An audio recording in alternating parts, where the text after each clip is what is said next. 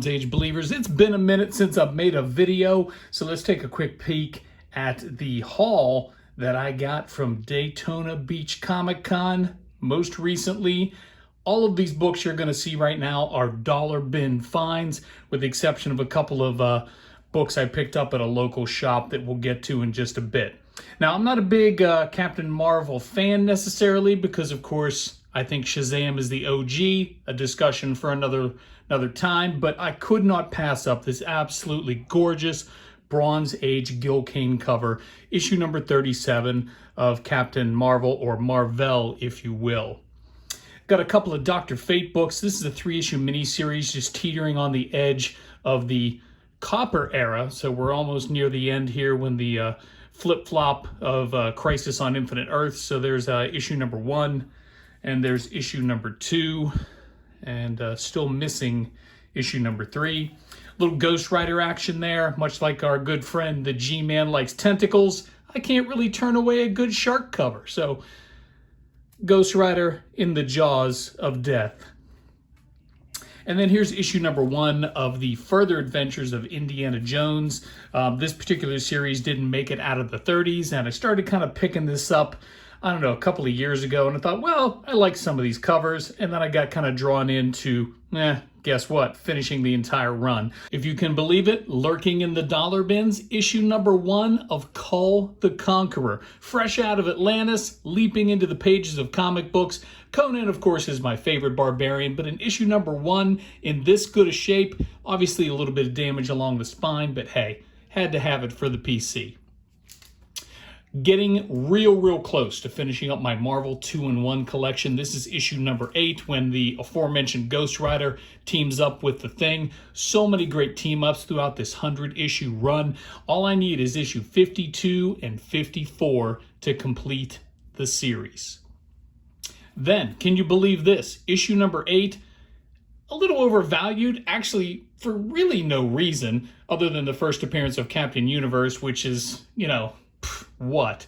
Anyway, issue number 8 in the dollar bin of the Micronauts completes my collection up through this kind of trade dress. They kind of changed things up and then went into the new voyages of the Micronauts, and kind of lost me. So issues 1 through 38 in my PC are now complete.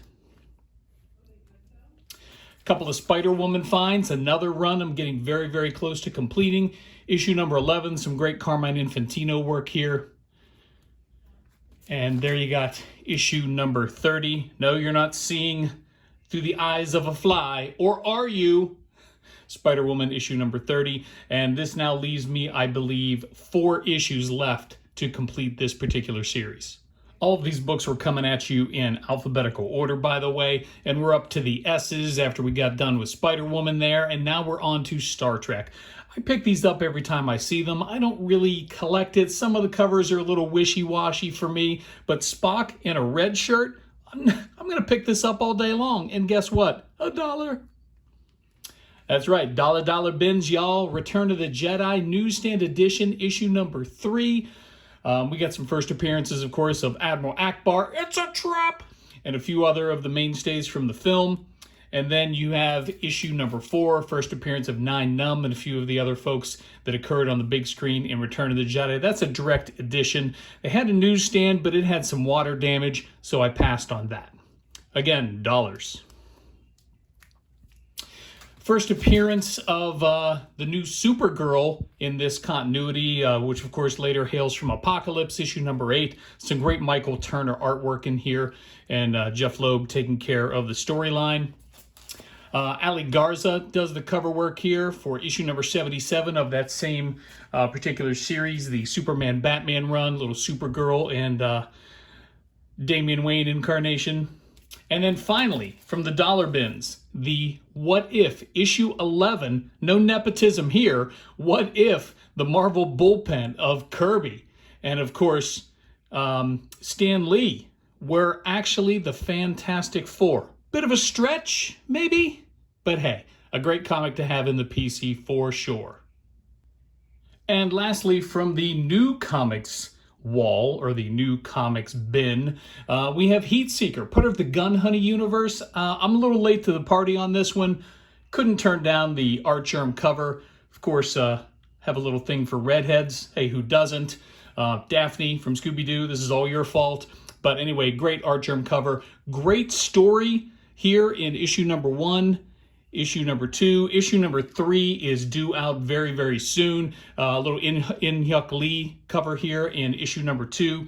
And the whole premise that I'm taking away from this is, what if there was a shadow group of operatives that used magic, and I mean by that, I mean stage magic and Hollywood prosthetics and tricks of that nature to fake people's deaths, smuggle people out of the country, a la Better Call Saul.